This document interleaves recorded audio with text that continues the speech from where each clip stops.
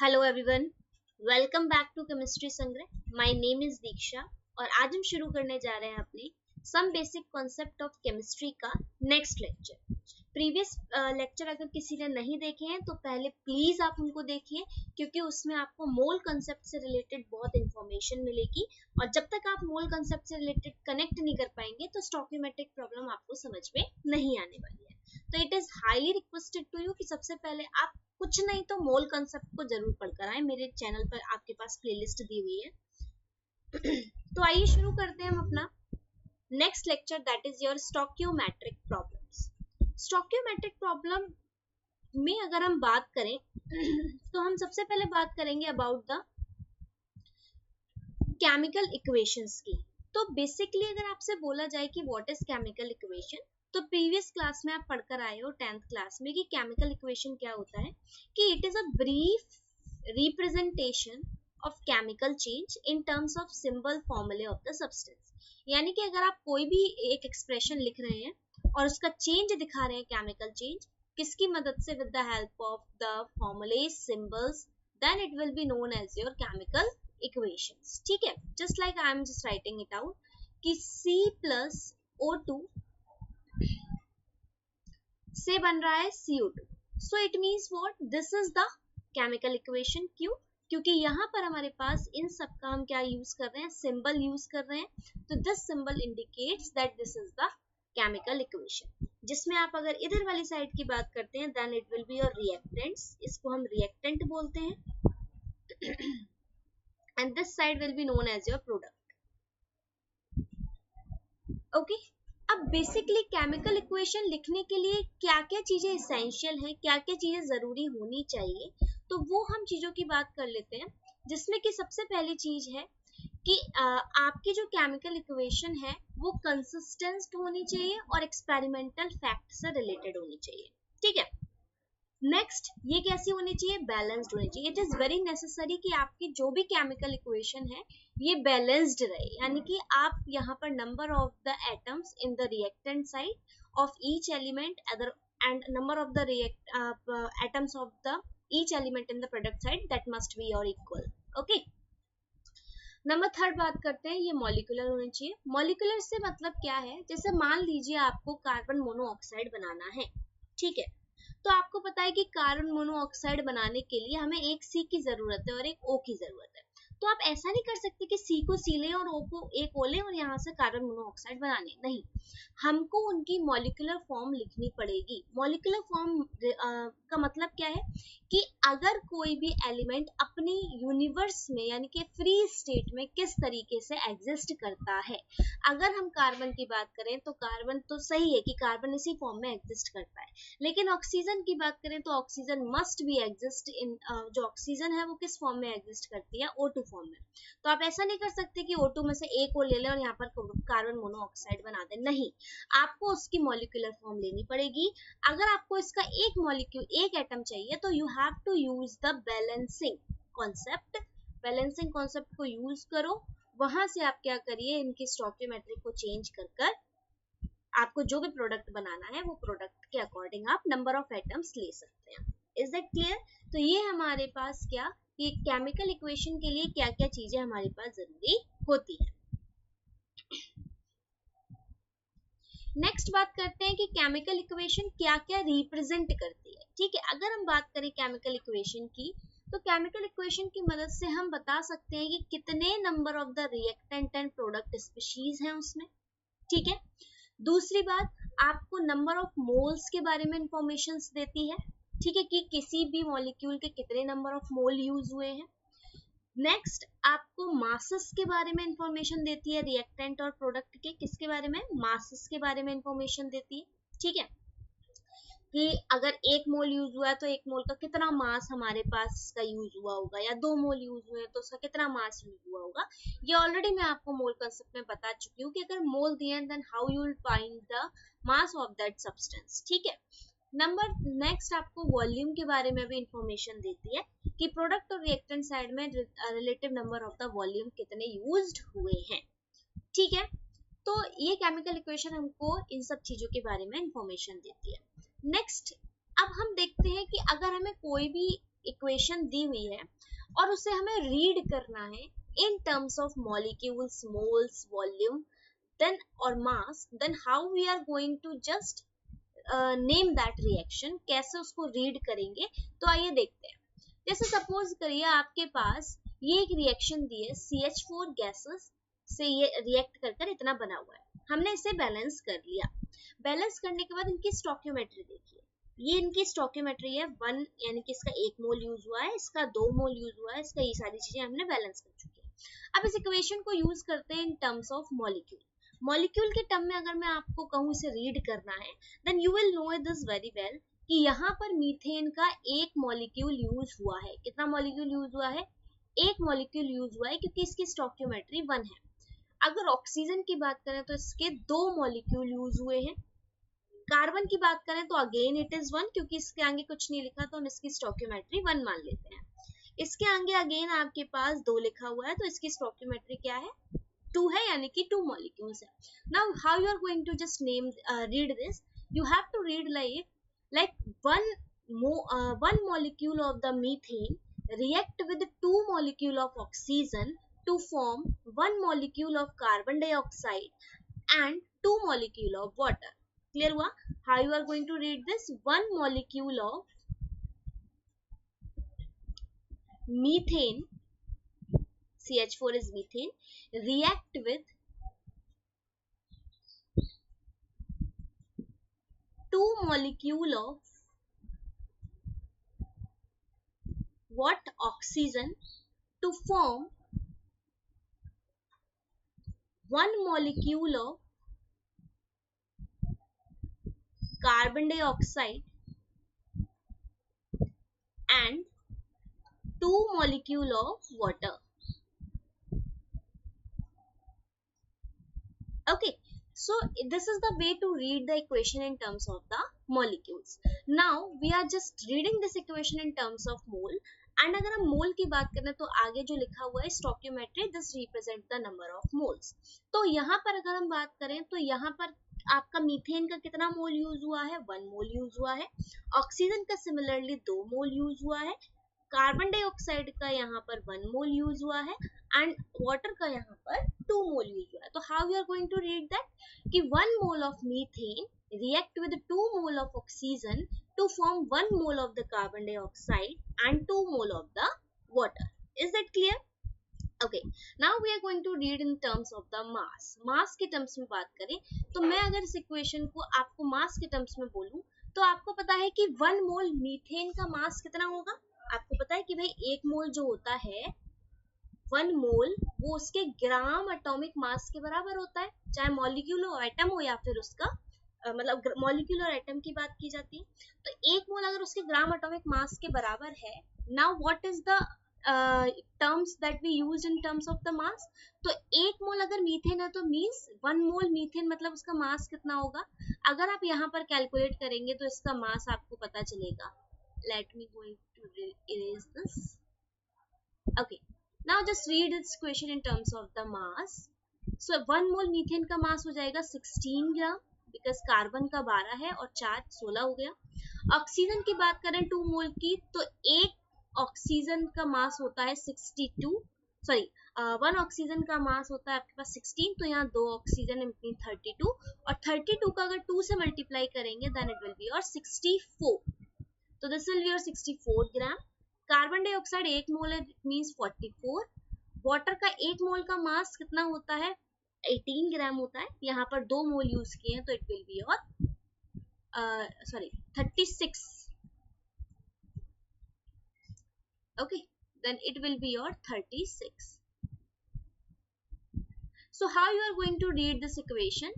Means 16 gram of the methane when react with 64 gram of the oxygen to form 44 gram of the carbon dioxide and 36 gram of the water. So this is the way to read this equation in terms of the mass. अगर मान लीजिए अगर हम मोल की बात volume की बात कर रहे हैं नेक्स्ट, तो you know it very well कि 1 मोल जो होता है वो वॉल्यूम किसके बराबर होता है? Volume at STP. तो वॉल्यूम एट एसटीपी होता है 22.4 लीटर।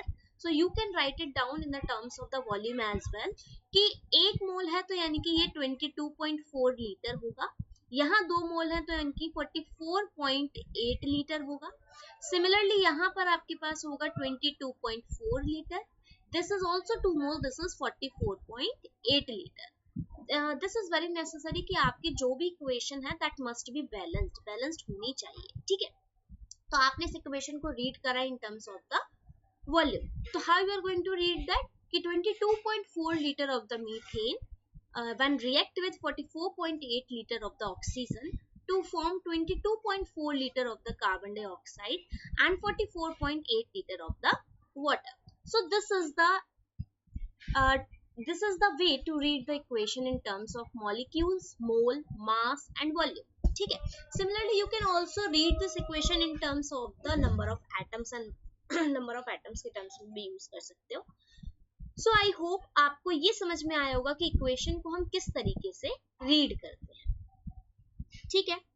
अब हम सीखते हैं कि बेसिकली अगर हमें स्टोइकियोमेट्रिक प्रॉब्लम सॉल्व करनी है, क्योंकि हमारा मेन मुद्दा ही यही है, हमने इनको मॉलिक्यूल्स, मास, वॉल्यूम और आपके मोल के टर्म में क्यों पढ़ा, क्योंकि हमें स्टोइकियोमेट्रिक प्रॉब्लम सॉल्व करनी है। तो स्टोइकियोमेट्रिक प्रॉब्लम में इसी तरीके के आपके पास क्या है, क्वेश्चंस होंगे जहां पर आपको अलग अलग तरीके से इक्वेशन को कनेक्ट करना पड़ेगा। तो आइए सीखते हैं स्टोइकियोमेट्रिक प्रॉब्लम को सॉल्व करना। ओके, सो स्टोइकियोमेट्रिक प्रॉब्लम का बेसिक जो तरीका होता है मैं आपको बता दूं, ये तरीका हम यूनिटरी मेथड को लेकर के सॉल्व करते हैं। अब यूनिटरी मेथड क्या होता है आपने प्रीवियस क्लासेस में ऑलरेडी सीखा है, लेकिन फिर भी एक बार सिखाना मेरा आपका फर्ज है, तो मैं आपको बताती हूँ। जैसे मान लीजिए आपके पास एक क्वेश्चन दिया हुआ है, cost of 5 kilogram apples is ₹90, then you have to calculate the cost of 7 kg apple. मान लो आपको ऐसा दिया है, तो आप किस तरीके से लिखोगे इक्वेशन को कि हमें पता है कि कॉस्ट ऑफ 5 kg भाई कितना दिया हुआ है, 5 kg एप्पल्स आपको दिया हुआ है, this will be your ₹90, right. So you have to find the cost of 7 kg। तो जो चीज नोन है वो आपने इस तरफ रखी, जो चीज अननोन है आपने इसको इस तरफ लिया। तो 7 kg की जब आप कॉस्ट निकालते हैं तो कैसे निकालते हैं, जो ऑलरेडी 90 दिया है इसे यहीं रखेंगे, जो इस तरफ होता है वो मल्टीप्लाई में जाता है, एंड जो आपका इधर होता है ऊपर वो आपका डिवाइड में जाता है। तो after solving that you are getting the cost of these apples. तो ये मेथड है यूनिटरी मेथड लगाने का। अब इसी तरीके से हम स्टोइकियोमेट्रिक प्रॉब्लम में यही मेथड को यूज कर मोल्स, मास, वॉल्यूम, मॉलिक्यूल्स ये सब निकालेंगे, ठीक है। तो आइए शुरू करते हैं अपना पहला क्वेश्चन स्टोइकियोमेट्रिक कैलकुलेशन का। जो क्वेश्चन आपके पास दिया हुआ है mole to mole relation. Okay, so let's start with it.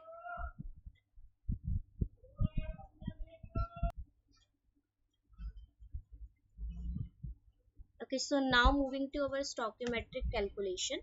इसमें हमारे पास दिया हुआ है मोल टू मोल रिलेशनशिप।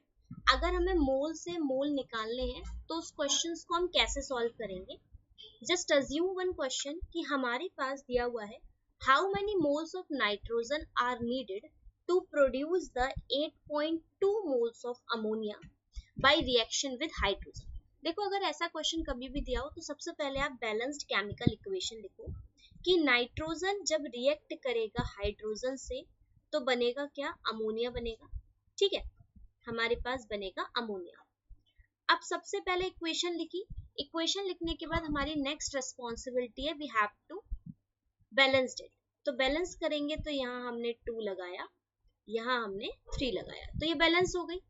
अब यहाँ पर पहले बैलेंस करने के बाद जो स्टोइकियोमेट्री आई है उसको लिखो।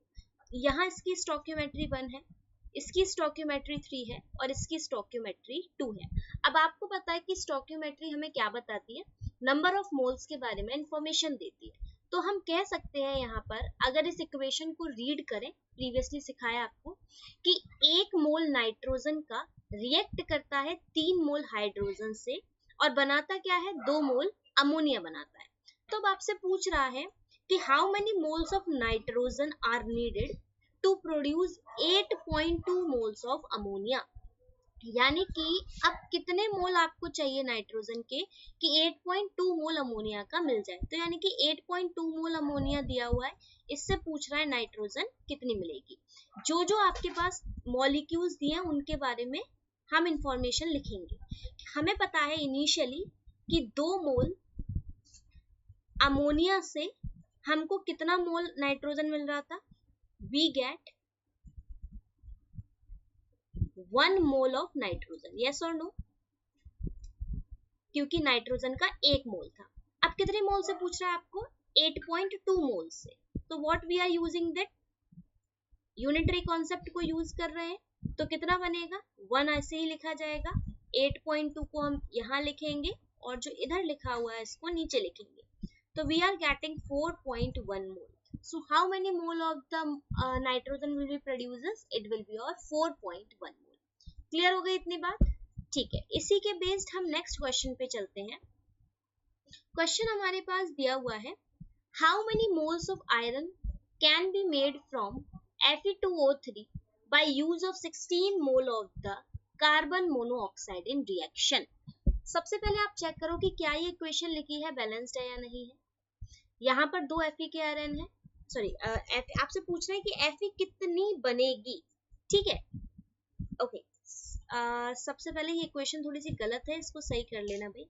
यहाँ बनेगा 2 Fe प्लस 3 CO2, ठीक है। अब इक्वेशन हमारी बैलेंस्ड है। Now we have to check what, कि हमको इक्वेशन बैलेंस करने के बाद इनके फाइनल मोल कितना है। अगर मैं इसके मोल की बात करूं, 1 मोल यहाँ पर है, इसके 3 मोल है, इसके 2 मोल है, इसके 3 मोल है। क्लियर हो गई। अब इस क्वेश्चन में बात किसकी किसकी की जा रही है, how many moles of iron, iron की बात की जा रही है और Fe2O3 की बात की जा रही है। Means we are only considering this one and this one, ठीक है। तो पूछ रहा है कि आयरन के मोल कितने बनेंगे by use of 16 mole of carbon monoxide, okay. So अच्छा, इसमें कार्बन मोनोऑक्साइड की बात की जा रही है, Fe2O3 नहीं, मतलब कार्बन मोनोऑक्साइड से पूछ रहा है। तो 16 मोल कार्बन मोनोऑक्साइड से कितना आपके पास आयरन बनेगा। तो देखो जरा, हमें पता है इनिशियली कि 3 मोल कार्बन मोनोऑक्साइड से वी गेट, हमको कितना मोल मिल रहा है आयरन का, initially 2 mole of iron, yes. Now question में पूछा है कि 16 मोल कार्बन मोनोऑक्साइड से हमें कितना मिलेगा, तो क्या करेंगे, 2 ऐसे ही लिखा जाएगा, ये वाला नंबर आपका इधर आता है और उधर वाले नंबर को हम डिवाइड में देते हैं। तो जो आपके पास आंसर आएगा, this will B approx your 10.67। तो इतना मोल हमारे पास आयरन का बनेगा। क्लियर हो गया कि मोल टू मोल हम इसको कैसे सॉल्व करेंगे। बस ये चीज आपको चेक करनी होती है। इक्वेशन लिखो, इक्वेशन बैलेंस्ड है, बैलेंस करने के बाद किस किस चीज से रिलेटेड बात की गई है, मास है, मोल है, वॉल्यूम है या फिर मॉलिक्यूल्स है, उससे रिलेटेड हम सॉल्व करेंगे। अब नेक्स्ट आता है हमारे पास मास टू मास या मोल टू मास। अब इसको कैसे करेंगे, मास टू मास कैसे होगा या मोल टू मास कैसे होगा। आइए क्वेश्चन देखते हैं। हमारे पास पहला क्वेश्चन है, calculate the amount of water, you have to calculate amount of water produced by combustion of 16 gram of methane। अब combustion आपको पता है कि मीथेन का combustion हो रहा है, तो combustion reaction में हमेशा हम ऑक्सीजन के प्रेजेंस में कराते हैं और बनता क्या है, कार्बन डाइऑक्साइड बनता है और साथ में वाटर बनता है। ये बात क्लियर है। अब आप इसे बैलेंस करो, कार्बन की बात करें 1 कार्बन है, ऑक्सीजन की बात करें यहाँ पर 3 ऑक्सीजन है और वाटर आपके पास 4 है हाइड्रोजन के, तो 2 हमने यहाँ लगाया, 2 इधर हो गया, 2 4 हो गया। So now it will be balanced. ये हमारे पास बैलेंस हो चुकी है। अब बैलेंस करने के बाद आपको क्या करना है, इनके मोल्स लिखिए सबसे पहले, कि इनिशियली इनकी स्टोइकियोमेट्री मोल बताती है, मोल लिखा ही हमारे पास, ये इतना मोल है। आपसे अमाउंट ऑफ वाटर पूछ रहा है, यानी कि they are asking you the mass. अब बात किसकी हो रही है, मास की बात हो रही है, तो हम मोल को अभी कंसीडर नहीं करेंगे। First of all we have to convert कि मोल से मास में कैसे कन्वर्ट होगा। तो 1 मोल अगर मीथेन की बात करूं तो आपको पता है ये 16 ग्राम होगा, ये आपका 32 ग्राम होगा, ये आपका 44 ग्राम होगा और ये आपका 36 ग्राम होगा, यस और नो। अब आगे बात करते हैं, वाटर पूछ रहा है किससे, मीथेन से। तो आपको 16 ग्राम मीथेन से क्वेश्चन में पूछ रहा है कि कितना वाटर प्रोड्यूस होगा। एक्सीडेंटली दोनों वैल्यू सेम है तो हम लिख लेते हैं कि इनिशियली हमें पता था कि 16 ग्राम, चलो एक काम करो, एक क्वेश्चन को 16 काट के 32 ग्राम कर लो, 38 ग्राम कर लो, ओके। नाउ हमसे पूछ रहा है कि 38 ग्राम में कितना होगा। तो करते हैं, हमें पता है कि 16 ग्राम मीथेन से हमें वी गेट वाटर कितना मिल रहा है भाई, 36 ग्राम मिल रहा है।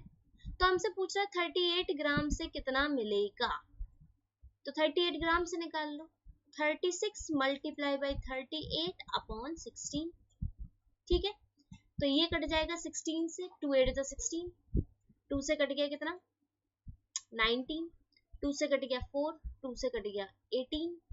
Now you can solve it 2 and this is 9। तो जो भी सॉल्व करेंगे यहाँ पर हमारे पास आंसर आ जाएगा और उतना हमारे पास उतना ग्राम क्या प्रोड्यूस होगा, हमारा वाटर प्रोड्यूस होगा। क्लियर हो गई इतनी बात, ठीक है। तो इस तरीके से हमने मास टू मास को भी सॉल्व करा।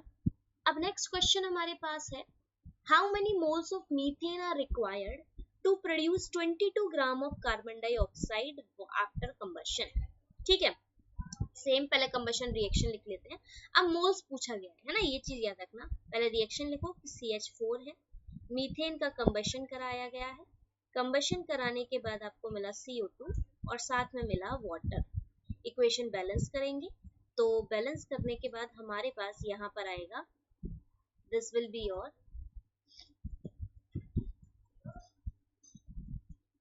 यहाँ पर आएगा 2, इनके मोल्स लिखे, यहाँ पर 1 मोल्स है, this will be also your 2 आएगा यहाँ पर, तो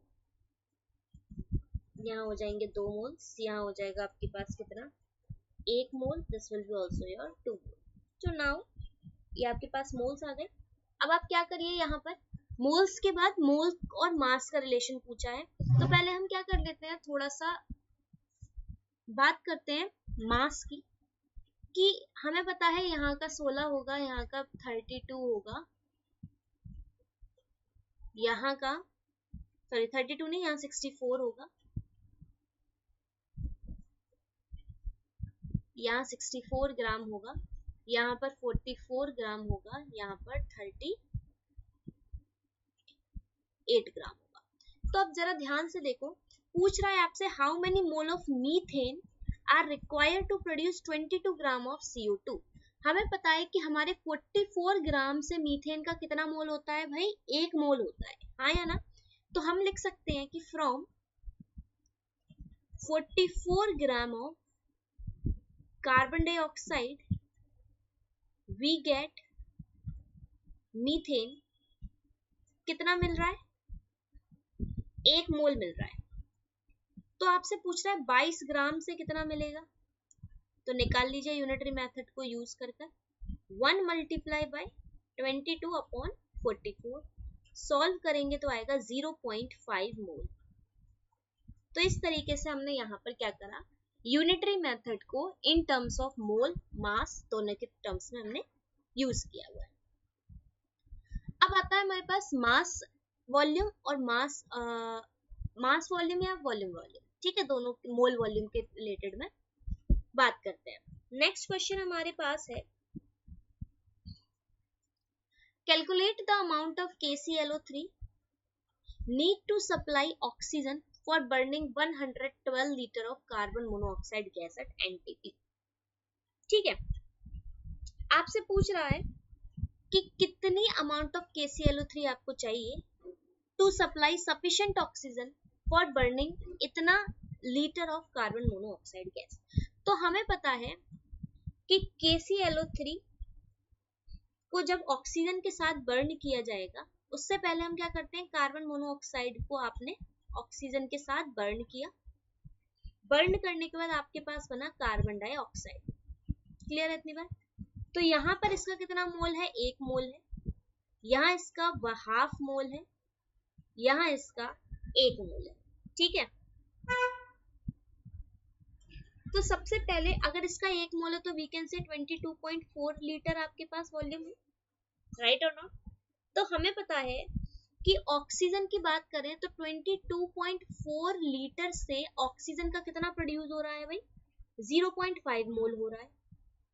तो आपसे पूछा गया है कि 112 लीटर के लिए कितना प्रोड्यूस होगा कार्बन, आपके पास कार्बन मोनोऑक्साइड, सॉल्व कर लो 0.5 अपॉन 22.4 मल्टीप्लाई बाई 112।